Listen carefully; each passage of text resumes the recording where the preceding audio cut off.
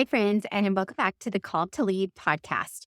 So, today I am going to be reflecting over the past 1 year, which this is seriously crazy to even think about. But yes, I have not posted or put one thing on social media, whether that's Facebook, Instagram, TikTok, you name it, in 1 year, which is mind blowing.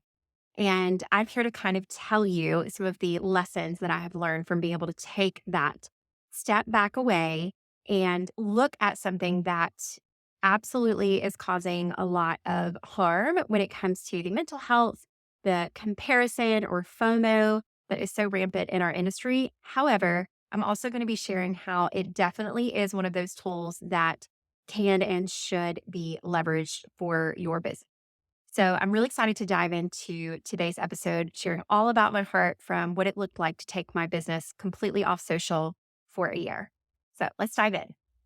Okay, so maybe you are like me, and I hear this all the time, and I've heard this a lot in the year that I have been doing this podcast and sharing my heart all over the place and all the places except for social media. Actually, in a few cases, I actually have done trainings on social media, I should say, within private groups or in coaching calls or things like that. But I have been preaching the quote, scale without social concept, which is still a pillar of what I talk about on this podcast, but not so much from the like using the word without social completely, but more without having to be a slave to social media.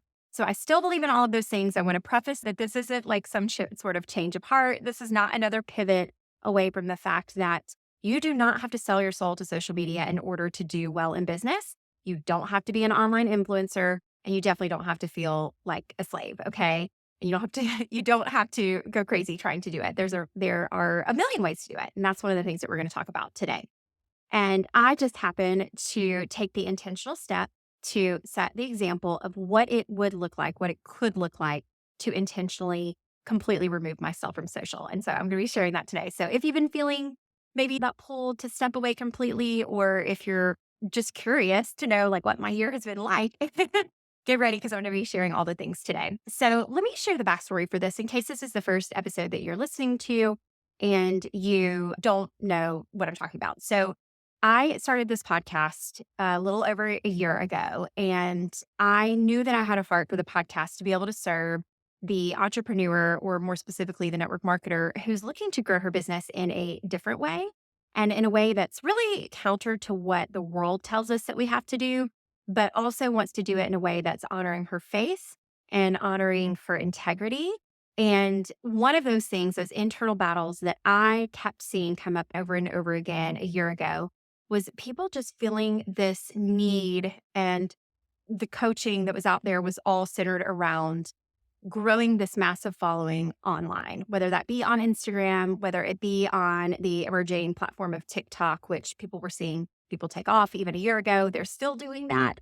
Or again, looking at different ways to leverage Facebook now that they have dove into reels, and lives are still going strong. And then there's business pages and parties and this and that. And oh my. And so what I'm seeing on my team and in the industry, and to be quite frank, my own personal business, was this sense of FOMO and comparison that was driving the actions in people's businesses rather than how they could serve people best using their individual gifts, skill sets, passions, time, all of those things. And how can they, more importantly than building a following, how can they better connect with people and create conversation that lead to the kind of trust that is necessary in order to build a business?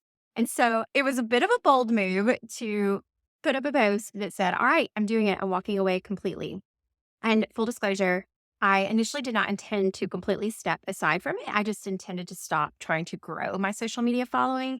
But my husband at the time he's still my husband, but meaning at the time, my husband, see, that's where your words they matter, the placement of the words. But at the time, my husband told me that he thought that it would be really confusing if I'm trying to really go hard on this message of scaling without social media, if I'm in fact posting anything on social media. And so I was like, okay, fine. I'll take myself off. I will do this in a different way, and I will set that example, and we'll see what happens. And I knew when I put that post that it was probably not forever. I was like, we'll just see what happens. but I knew that I wanted to give it the time and the commitment that it took to really understand the dynamics of the impact that social media had on my business so that I could then go in turn and tell you how you might could benefit from my experience, good or bad. And so that's what I did. I haven't posted in a year. Full disclosure, I am on YouTube. I did a few months ago, I decided to start a YouTube channel, which there was a little conversation about whether or not that is social media or not. I decided that number one, there's freedom in how we run our business. And for me, a lot of the issues that were present and the factors of Instagram and TikTok and Facebook and things like that, I was not really seeing on social media or on YouTube. And it also, again, and the things we're going to talk about today, it definitely uses my passions and gifts and skill sets in terms of providing an educational platform. For example, filming this on video alongside for the podcast, this is an example of I can reach more people, I can serve more people through the platform of video because I do feel confident in doing that. So anyway, I have it on YouTube, but I don't count social. Even though if you Google is YouTube social media, it says yes. Okay, backstory is I decided to step away. The reason that I decided to step away again was to really gain more of a high level vision of what is the impact that social media has on our business. What does it look like? What should it look like? All of the things. And so today I am really excited to share the reflections and the inspiration that I have been given for my year off of Facebook. And that is based in my word of the year, which is freedom. And that the beautiful thing about this business model is we do have choices. And what I mean by that is network marketing has been around for generations, long before social media was even a thing. So absolutely the principles that applied then before social media still apply now, that you are going to build your business based off of connections, conversations, and the trust that comes from being a real life human. And the fact of the matter is that some people can make that a little bit better in an online world, right? In social media, which is why attraction marketing has come into the mix and into the fray. And so you've got everybody who, some people who are not tech savvy at all, who don't want to learn that side of social media, to the people who maybe like me, who had a traditional business and understand how marketing on social media works and want to try to integrate that into their network marketing business. Then you have the absolute boom of the influencer sphere, which is basically people making money by sharing the things that they love online, right? So you've got that rise. And then you have the people who are trying to set an example, maybe to their kids, which that was also wrapped up in me, as I wanted to prove to my family, I didn't have to be documenting every facet of my life to portray some personal brand online. And regardless of where you are, I'm really excited because I have, through this journey, been able to narrow it down to the four ways, the four freedom choices that you have in terms of working your business when it comes to social media. And I'm going to be the first to tell you that there's not a wrong or a right way to do it. That is dependent on you as the individual person. It is dependent on what your goals are. It's dependent on what your gifts and skill set are. Okay. So bear with me as I break each one of these down, knowing that as you're listening, I want you to think, okay, does this apply to me and where I am and where my foot is in this moment? Or does this apply to my teammate? Does this apply to my upline, my sideline, or that girl that I'm trying to emulate or that I know I don't want to emulate? Whatever it is that you're thinking, you're probably going to fit somewhere in one of these different buckets. And I'm going to tell you of these four methods or ways that you can use social media. I'm going to share the highs, the lows, and my thoughts because guess what? I have done all four of them now in my business. I have, in the 6 years that I've been with my company and in the 20, oh my gosh, this is crazy, 20 years of being an entrepreneur, I have been in each one of these different ways of doing it. And so I have experience. I have watched my friends do it. I still have people that I love that are doing each one of these different things. So y'all ready to buckle up, dive into the four areas. Okay. So the first area is, and they're all going to start with the letter. I love it when I get that inspiration. There's another I word to make this really simple for you. Okay. So the first way to do it is to ignore social media, which is what I've been doing for the last year. Okay. And what I mean by that is you are like, nope, not doing it. Not going to download Instagram, not going to post on Facebook, but I still want to build a business. And can that be done? Yes, it can. The reason I say that is because of all the things I've been preaching to you guys is that, yes, there are principles in this business that existed long before social media. So if it could be done then, it can be done now. And yes, but there's a big but and a caveat. If you have big goals in your business, if you want to exemplify, for example, the path that I have taken to be one of the top 10 artists in our, or we're called artists in our company, but top 10 distributors in our company, and build a team of thousands and build a legacy residual income, I'm going to be here the first to tell you after my year off, I think it could be quite challenging if you're trying to do it using the ignore method. So one of the analogies that you'll hear me talk about a lot, I've done entire episodes on this, is the analogy of the walker, jogger, runner, and then the eagle, the soar. The fourth option is to soar on wings like eagles. Okay. So whether you are walking, jogging, running, or soaring, that is another thing to factor in as you're thinking about each of these different ways that you can leverage social media for your business. So the ignore strategy, can it work for a walker? Sure. Can it work for a jogger who's dabbling and just wants to share the makeup and maybe have a couple of in-home parties each month to be able to share with the people in her circle closest to her? Absolutely. She can build a business. You can build a business that brings in hundreds, if not 1,000. That's probably about the revenue that I've gotten from the new business that I brought in by focusing. And that'll be another episode for another day, talking about the areas of how I focused on my business over the last year. But primarily it's been through in-person, it's been through tech, leveraging tech apps and things like that. And it's also been growing my residual or passive income through my reorders by serving my customers really, really well. Okay. So these are the primary ways. And of course, the podcast, I've gotten some customers through the podcast journey, which has been fun too. But in a sense, that has probably attributed to hundreds, if not thousands-ish dollars. And it definitely necessarily hasn't won me any top sales awards or gathered me any kind of amazing results from it. But is it enough to give me the kind of business that if I just wanted a little bit extra for my life? Yes, it can. And could that build over time? Sure. If I was really consistent and really dedicated to that endeavor. Okay. But here's why I'm going to share, before I get into the other three versions of doing it, I want to share more about why I don't think the ignore option is the best solution if you want to grow your business to the long-term legacy passive income type of business model. And honestly, depending on, especially if you are a very extroverted social person, another reason why it's not so great is the fact that it does disconnect you from the world. Because just like when cars were invented, this is an analogy that I heard on an amazing documentary that I just watched called Childhood 2.0. I definitely recommend it. I'll link it in the show notes here for you guys to watch it. But it's called Childhood 2.0, and it talks about the impacts of the growth in the tech world, phones, iPads, and social media in particular, the impact that it's having on our children's mental health and anxiety, suicide rates, and all of the things. And it's alarming, you guys. It's really scary. And I definitely highly recommend you watch that video. But of course, I'm sitting here watching it from the Scale Without Social lens, right? And I'm like, okay, what's the answer? What's the solution? Like, tell us what to do, people.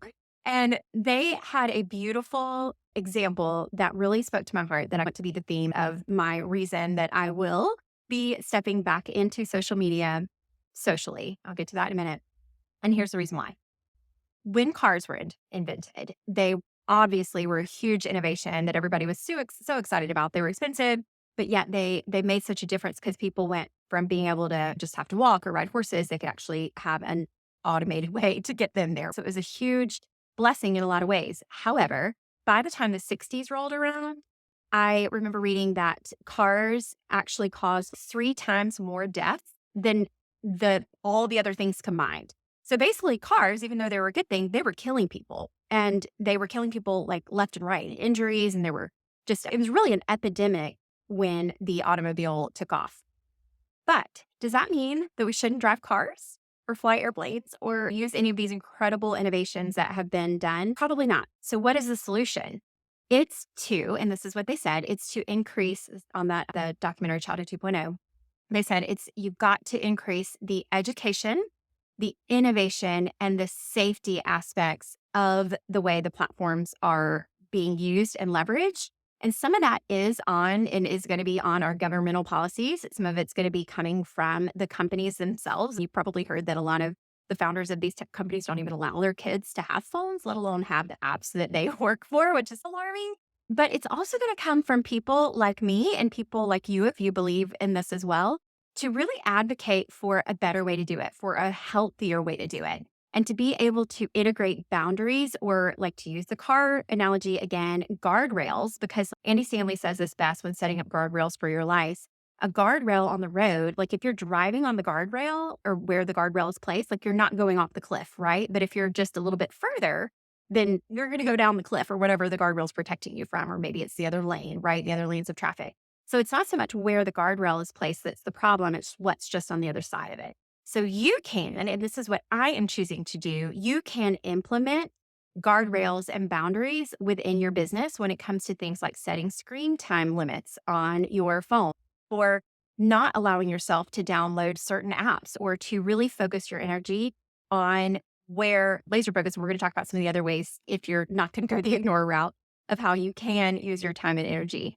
But that really just gave me so much clarity, and my new understanding of this, having taken the time, which I do not regret for a minute, to really pull myself entirely off, is that just, I wouldn't recommend you not driving a car.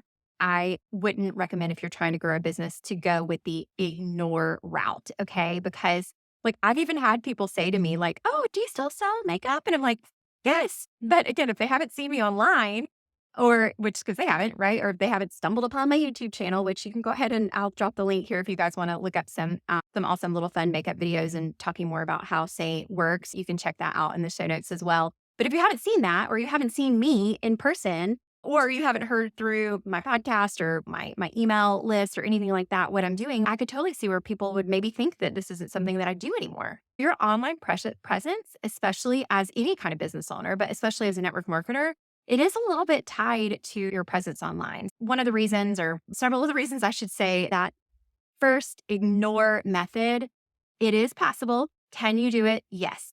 Is it something, now that I've done it for a year, that I would recommend if you want to do big things in your business? No.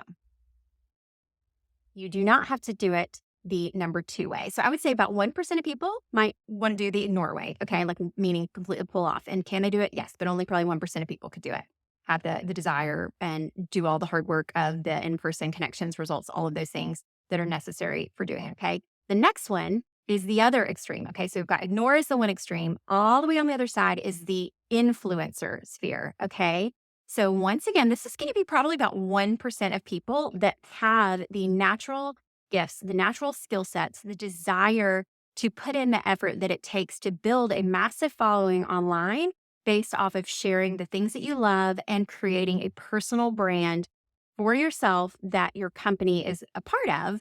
But it's essentially you sharing it, probably alongside a couple of different companies. I have friends in our business and in other companies that they're very present online, and they've built amazing, massive followings. And a lot of them they'll have affiliate links for certain things, and they will showcase multiple different products, because that's what they love to do. They love taking the product that they love and the company that they're signed up a part of, and sharing it alongside the clothes that they wear, or the health and fitness tips, or maybe they're hairstylists and they're showing how to, which PS, over the year too, if you haven't seen me in a while, I've embraced the curly girl status. This is like day 3 hair after playing a round of golf, that I'm seriously obsessed with the curly girl method. But anyways, you're not going to see me show up as an online influencer talking about it, but that's a perfect example of someone who maybe could do that. That's a niche, if you will, that someone could get into if they were selling hair products, or they were with a company that sells that sort of thing. Okay. But the influencer business model is something that so many people feel like they have to do in order to build a business. When I'm here to tell you, I see it over and over again, that they actually have a harder time building a business that's based on residual, passive, duplicatable results, because nobody can do it. Nobody wants to do it. People probably aren't joining because they're like, "Oh, I could never do what you do. I would never do 10, 12 stories of my life every day, or do, 2 reels a day or TikToks a day or anything like that." They don't have a desire to do it. Or they don't necessarily have the personality or the passion or the confidence or the skill set to, when they do try to do it, it doesn't have the same result.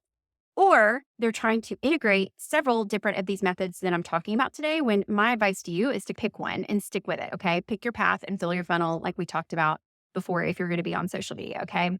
But I think what happens is people like dabble here and there. Whereas if you want to be an online influencer, go for it, girl. but know that you're going to have to go all in and you're going to have to figure out what's effective in that business model in that industry.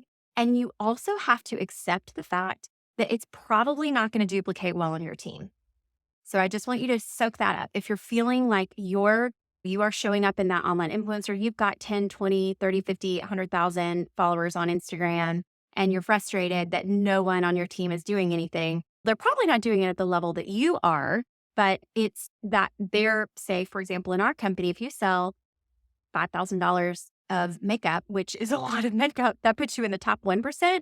But what happens is you take someone who's selling $50,000 worth of makeup and someone who's selling $500 of makeup, or again, 5,000, is going to feel less than. And I hear and see that all the time. And my friends, I will stand by this to the day I die that you do not have to be an online influencer to do this business model. So if that is you and you love to create content, and you love to share all the things, whether it is your hair, your clothes, your all of that, you go all in there, but just know that it might not duplicate on your team, okay? Because only 1%. And I don't know about you guys, but I'm all about figuring out the things that work for the 99 percenters, okay? Because that's the best part about this business model is when it's done right, anybody can do it. I learned from my mentor, Bob Heilig, that when you're creating your systems and people, again, they don't do what you tell them to do, they do what they see you do. So when you're implementing your systems, if they're not simple enough that a kindergartner can figure it out, or I've got a fourth grade daughter, like if it's not something that I could show her how to do easily, then it's not going to be something that I'm going to do in my business. Okay. Whereas becoming an online influencer is incredibly tough. Some would say there's probably luck involved with figuring out the virality piece of it, making a piece of content go viral. And it's just not something that you can necessarily teach someone how to do. And if you do, it's going to take years of mindset work, years of hard work. And maybe then you can build a successful income with that model. So not to say you shouldn't do it. This one is if that suits your skill set. And I have many friends and several teamies that come to mind that absolutely they're meant for this. I would never tell them to do it another way, but it's about 1%. Okay. So that's going the influencer route. Okay. The next route is the investment route. And this is where it's a mistake that I see a lot of newbies make because they think this is what they need to do to start a business. And it's never how I would tell a newbie to start their business. And that is to create a business around the company that you've joined, meaning you start a separate Facebook business page or you create an entirely separate Instagram account that's dedicated towards educating your customers or the people that you know on your product. And then what happens is you're trying to funnel down the people you're already connected to into a much smaller audience that may or may not be interested or may not even see your post or your business page. And then even worse, the algorithms like Instagram and Facebook owns Instagram, they're going to want you to pay to boost, like literally invest your dollars into boosting or getting it out there and building a business. Now, I know of some leaders, they are out there that do sell and do very good in business, both personal sales quietly by doing things like ads on content that they have created in the past to be able to invest, say, $1,000 in their business to generate thousands of dollars in their business. I'm not going to say it can't be done, but guess what? It is an investment and you better be making money before you spend the money on anything like an ad. Okay. I would say no more than 25%, if that, of the amount that you're bringing in should you be putting back into your business on something like ads. Okay. So the other thing is investment doesn't necessarily have to be your money. It can also be your time. So I'm putting things like, for example, my YouTube channel. That is technically an investment. It's something that I am having to invest my time. I even bought a YouTube course because I'm like, if I'm going to do it, I'm going to do it right. And I'm going to figure out what's effective. And I'm going to make that investment of 1 hour of my week to create the content. I am investing in an incredible assistant who's helping me edit that content and put it up there. And I'm going to be unapologetic about that because that is something that, again, I'm putting myself in that investment category and I'm choosing very intentionally to invest in that platform. Okay. I met a gal at our company's reward trip in Mexico. Was that last week? I guess it was. I got to go on that. And she is amazing. And she's built a fabulous business on a Facebook business page. And once again, can it be done? Investing her time going live just about every single day, really focusing on some hard things she's been through in her life to be able to show up and serve and share the stories of her life in that way on her business page. Yes, it absolutely can be done. but it's going to take you investing your time. It's going to take you investing your money and investing in the learning aspects of how to do it right. And I'm here to tell you, as a traditional business owner, before I was a network marketer, it is not easy to build a following online. Okay. It's not easy to build a business online. It's very hard. And network marketing doesn't have to be that hard, you guys. All it is just sharing your product with the people that already know you, meeting new people along the way, finding ways to connect with them further, creating conversations about it, educating here and there about the product. It doesn't have to look like starting a business and you saying, guys, I've started a new business. Please help me out and follow me and buy my thing. Okay. Again, isn't something that can't work, but it is a little bit more of a challenge. And it is something that you have to, if you're going to go that path, you better be intentional about it. You better do it in the way. You're going to have to learn all the things. You're going to have to spend the time. You're going to have to invest your time over time, meaning it's going to have to build on it if you go that route of the investment, meaning a business page or a separate Instagram account, or if you're totally taking on something like YouTube channel or a website or something along those lines. Okay. So that is, or a blog would be another example of that. That is the investment route. Okay. All right. So you ready for the fourth one? And I saved this one for last because this is the one that I am going to be going back to. This is what I'm going to be using. And this is also how I started my business. And it's how I have seen, probably, again, if we've got 2% or 1% in ignore, 1% in the influencer, we'll throw another 5% in for the investment side. So what is that? So 92%, or we'll just call it like 90% of people started and grew their network marketing business by integrating their product into their social media. Which social media, just as a reminder, it's intended. Now, granted, it has grown into a platform for businesses to share and market to the users. But the way it was started and the way it's best used, and the thing that I miss the most, is being able to intentionally connect with those you love, those that love you, the people who maybe already are your customers, the people who maybe have been stalking you for a minute and might buy from you, the people that want to know all the things that you're doing because they're your friend. Or the people, even if they're like online friends, like virtual friends that just found you and they're like, oh, I like her, or the person you sat next to on the airplane, or the person you met at that conference. These people that you are connected with online, and it doesn't take a huge following of them. Okay. I think that's one of the reasons why Facebook maxes out at, or I don't even know if they still do, but when I was on it last, they maxed out at 5,000 friends, I believe. And I think people could follow you, but then it becomes almost like a business, right? That's like an investment thing. So I can tell you, you don't have to have a huge following. You just have to be able to be a real human. And you might have been treating your personal page like an investment account, meaning all you're doing, maybe you've been a part of other companies and you're kind of throwing up all of the things, like nothing about the other facets of your life outside of your product on your business page, meaning graphic this and marketing that, this sale, this, that, nothing about your real life, not even your face. I see that even sometimes people make that mistake. They want to get to know you. They want to know what your kids are doing.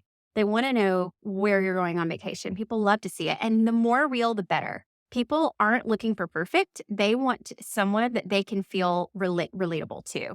And actually, crazy enough, and she would probably fall in the integrate category, but one of the top sellers in our company, she's so relatable. She's probably an influencer, I would say. She does the influencing because she's a mid-size mama. So she's done her niche as like mid-size mama. And she's done amazing things, but she's so relatable because people feel like, okay, if she can do it, I can do it. And that's what's made it beautiful. And that is something that you can duplicate by integrating your product into your already existing, likely, because you probably already have a Facebook page, you probably already have an Instagram. You can integrate your business into those things. Don't be scared to do that. And the thing about this, and this is going to be the hardest thing for me as a strategist and someone who I'm a goal getter, right? You guys know that about me. And so it's hard for me not to want to go all in on something like the influencer or the investment route, which I've done both before. Okay. But I really believe that the integrate method of sharing about my life and business and sharing that my daughter just scored her first goal in her second lacrosse game she's ever played. And I'm so stinking proud of her. And I want to post that video somewhere. Okay. So I'm going to post that video on Facebook. And I'm so excited about that. But guess what? If my company is also doing some sort of special next month, or if I do an in-person gathering with a few of my local friends, I'm going to post about that too, because I know that the people that know me and love me they are happy to see those things if I'm not just completely constantly throwing up like flashy business graphics and things like that. They want to hear from me. They want to know the facets of my life. And there's absolutely nothing wrong with integrating your business into your personal. And so there's no strategy here. I'm not telling you that you need to like post this many times a day and post about your business XYZ. But as a general rule, and this is something we've always said, is about 20%. So like 1 in 5 posts. If you're the type of person that posts like 5 times a week, maybe one of those is about your business. Okay. If you're a couple times a day, it might be that you should talk about your business a couple times a week. Okay. And again, if you're going to go the route of, I'm going to go live every day on this at this time, or if you're the type of person that loves those kind of consistent actions, then maybe going the investment route and starting like, again, a business page that you could even share your personal page here and there. That might be a better route. But if you just want to be someone who loves people and loves meeting people, and even if it's a small amount of people, and you want to be able to serve them with the product or the business model that has changed your life or changed the lives of those around you, then you can and should not hold back from sharing that with the people who know and love you. They want to know. They need to know. And you should share that with them. And so those are the 4 methods. And I know this is getting long. I don't want to keep this short, but rest assured, I'm going to be carrying this conversation forward for the next bit here. We're going to be chatting in depth about each of these in the coming episodes. I'll also be doing interviews of people who are doing this really well in each of these categories so that you can be inspired by how they run and how they build their business. But the 4 ways are ignore, influencer, investment, or integrate. And I am super excited to officially announce that I am going to be coming back socially to Facebook, and I will be sharing this podcast. So if you're watching this, hi friends, hopefully you're excited to be able to dive into all the things. If you haven't caught up on the podcast, there's tons more along this topic. But the reason that I'm doing it is just like I said, I miss you guys. I miss being able to connect with the people that I know and love, whether they're high school friends or my family, my cousins, or whether they're on my team or they're my friends in other companies or people I've met along the way. I want to be able to stay connected. And to be honest, I think just like we don't need to stop driving cars altogether, we need to be the stronger voice. I want to be more of a present and vocal voice on how you can do this business in a way that does honor your priorities, that does honor your integrity, and it doesn't have to look like something that's draining or that's going to cause burnout or is going to lead to people on your team who feel like they can't do the same things that you're doing. Okay. So this conversation is going to continue, but I want to leave you with one question. If you don't know which one of these you are and you're struggling with, oh gosh, Heather, you just dropped this bomb in my lap. I've been trying to grow my Instagram, but I don't know, maybe I want to go a different path. I'm going to give you one tip. And this kind of goes back to an episode that I did a couple episodes ago, talking about how to know if it's God's will to start, stop, or grow your business. And the answer to that is you're going to ask the Lord for wisdom and inspiration, because as he says in James, which James is the brother of Jesus. So I love that. That's one of the reasons it's one of my favorite books. It's just the historical aspect of it. But he says that if you need wisdom, ask for it and you will be given it every time. Okay. So pray about this, ask about this. What is the best path for you? Trust me, I've been praying about this for a minute, like months about this time. And I am prayerfully very excited to know that this is the right best step for me to choose that integrate method and step back in baby steps towards social media by using Facebook socially. That is what I've got for you guys today. Hopefully this was helpful. And like I said, I know I gave you a lot. There's going to be lots more coming. So make sure to subscribe if you are listening on the podcast or the YouTube channel. Yay, hi. And stay tuned for lots more where this came from. Love you guys so much. Y'all have a great week.